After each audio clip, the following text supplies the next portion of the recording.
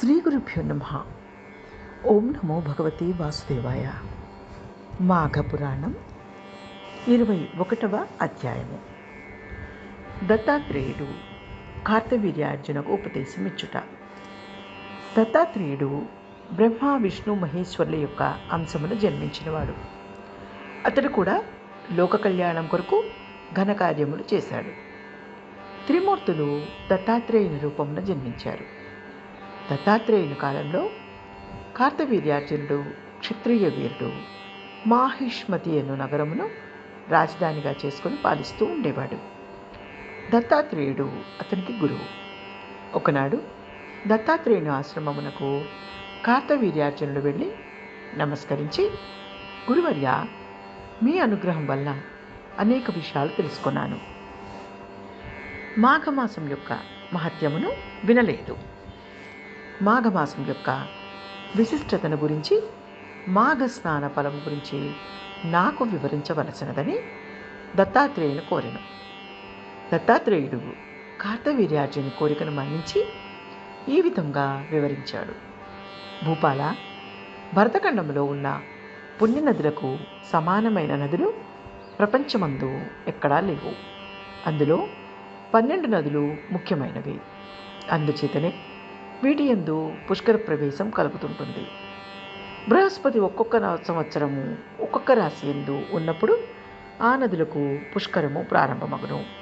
ఆ సమయమున ఆ నదుల యందు స్నానం చేసి దాన పుణ్యములు ఆచరించిన దానివలన కలుగు ఫలమును వర్ణించుట ఎవరికీ సాధ్యం కాదు. మాఘమాసమందు నదిలో స్నానం చేసిన గొప్ప ఫలితం కలుగుటయేగాక జన్మరాహిత్యము కలుగుతుంది. ఏ మానవుడైనను మాఘమాసంలో నదీ స్నానం తప్పకుండా చేయాలి. అలా చేయని మనుషుడు జన్మజన్మలందు తాను చేసుకున్న పాపఫలము అనుభవించక తప్పదు.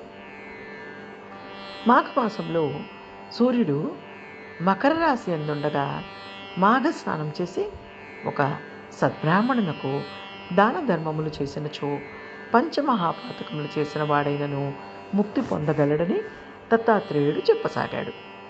పూర్వకాలమున గంగానదీ తీరమున ఉత్తర భాగమున భాగ్యపురమను పట్టణము ఉన్నది. అక్కడ నివసించే జనులు భాగ్యవంతులు. గొప్ప వ్యాపారములు చేసి అపర కుబేరుల వలె ఉన్నారు. ఆ నగరములో హేమాంబరుడను వైశ్యుడు ఉన్నాడు. గొప్ప ధనవంతుడు. బంగారు నాణములు, బంగారు నగలు రాసుల కొద్దీ ఉన్నవాడు. మరికొంతకాలమునకు హేమాంబరుడు చనిపోయాడు. తండ్రి చనిపోయిన తరువాత 2 అన్నదమ్ముల ఆస్తిని భాగములు చేసి పంచుకొని ఇష్టం వచ్చినట్లు పాడు చేయసాగారు. 2 చెరొక ఉంపుడు కత్తెను చేరదీసి కులభ్రష్టులు అయ్యారు.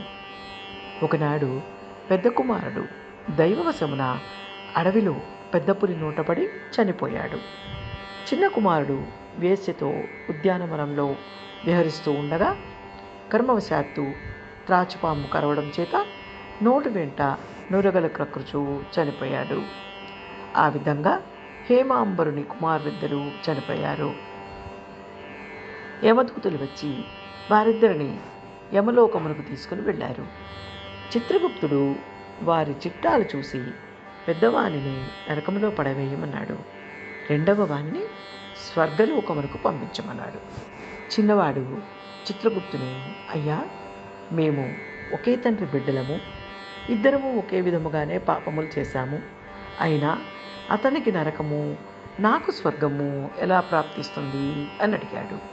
ఆ మాటకు చిత్రగుప్తుడు, ఓ వైశ్యపుత్ర, నువ్వు నీ మిత్రుని కలుసుకొనుటకు ప్రతిదినము గంగానది దాటి ఆవలిగట్టున ఉన్న స్నేహితునితో సంభాషించి వస్తూ ఉండేవాడివి. మాఘమాసంలో నదిని దాటుచుండగా కెరటముల యొక్క జల్లులు నీ శిరస్సుపై పడినందువలన నీవు పవిత్రుడువైనావు. మరొక విషయం ఏమనగా, నీ మిత్రుడు బ్రాహ్మణుడు. ప్రతినిత్యము బ్రాహ్మణ దర్శనం చేసినచో గోహత్యాది మహాపాతకములు కూడా నశిస్తాయి. విప్రును చూచుట వలన నీకు మంచి ఫలితం కలిగింది. ఆ బ్రాహ్మణుడు పఠించు గాయత్రి మంత్రమును నువ్వు విన్నావు. గంగానదిలోని నీరు నీ శరీరం మీద పడి నీ పాపములు నశించుచున్నందున నిన్ను స్వర్గానికి పంపుతున్నాను అని చిత్రగుప్తుడు వివరించాడు. ఆహా, ఏమి నా భాగ్యం! గంగాజలము మీద పడినంత మాత్రముననే నాకు ఇంతటి మోక్షం కలిగినది అని వైశ్యకుమారుడు సంతసించి దేవతలతో స్వర్గలోకమునకు వెళ్ళిపోయాడు. ఓం నమో భగవతే వాసుదేవాయ. లోక